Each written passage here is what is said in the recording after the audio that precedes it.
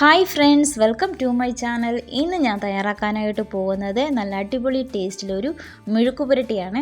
അപ്പോൾ അതിനായിട്ട് ഞാനിവിടെ എടുത്തിരിക്കുന്നത് 1/2 കിലോ കൂർക്കയാണ്. കൂർക്കയുടെ തൊലിയൊക്കെ കളഞ്ഞതിന് ശേഷം നന്നായിട്ടൊന്ന് കഴുകി കട്ട് ചെയ്ത് വെച്ചിരിക്കുകയാണ്. ഇനി നമുക്കിത് വേകുന്നതിന് ആവശ്യത്തിനുള്ള വെള്ളവും ആവശ്യത്തിനുള്ള ഉപ്പും കൂടി ചേർത്ത് കൊടുത്തതിന് ശേഷം അടുപ്പിൽ വെച്ച് മീഡിയം ഫ്ലെയിമിലിട്ട് നമുക്കിതൊന്ന് നന്നായിട്ട് വേവിച്ചെടുക്കാം.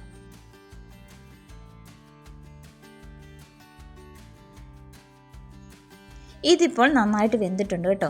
ഇതങ്ങ് ഒരുപാട് വെന്ത് കുഴഞ്ഞു പോയിട്ടൊന്നുമില്ല. ഈ ഒരു പരുവത്തിന് വേണം വേവിച്ചെടുക്കാനായിട്ട്. ഇനിയിപ്പോൾ നമുക്ക് ഇതാ വെന്തത് ഞാൻ കാണിച്ചു തരാം.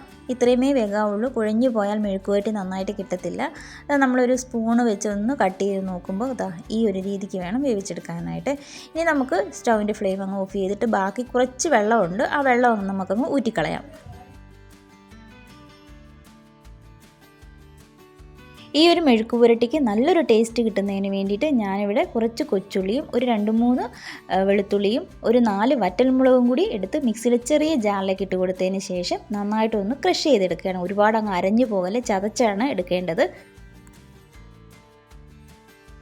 ഇനി നമുക്ക് അടുപ്പിലേക്ക് ഒരു ചീനച്ചട്ടി വെച്ച് കൊടുക്കാം. ഇതിലേക്ക് ഞാൻ കുറച്ച് വെളിച്ചെണ്ണ ഒഴിച്ച് കൊടുത്തിട്ടുണ്ട്.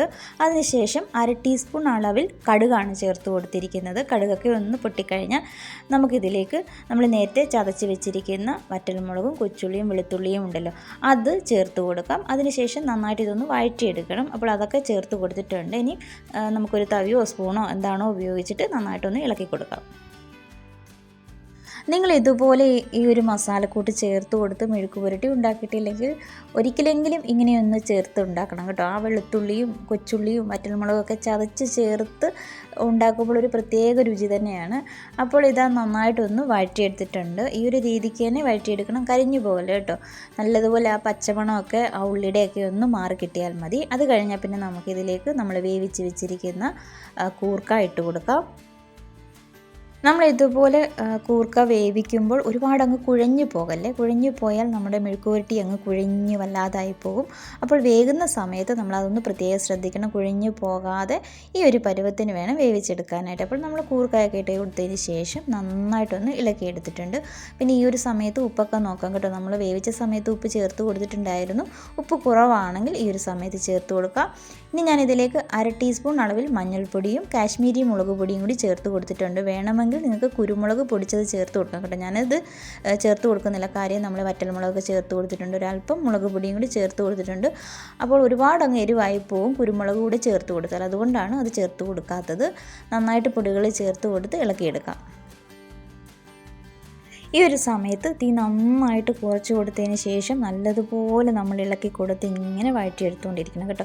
എങ്കിൽ മാത്രമേ മെഴുക്കുവരട്ടി നല്ല രീതിയിൽ നമുക്ക് കിട്ടത്തുള്ളൂ. കൂടെ തന്നെ കുറച്ച് കറിവേപ്പിലയും കൂടി ചേർത്ത് കൊടുത്തിട്ടുണ്ട്.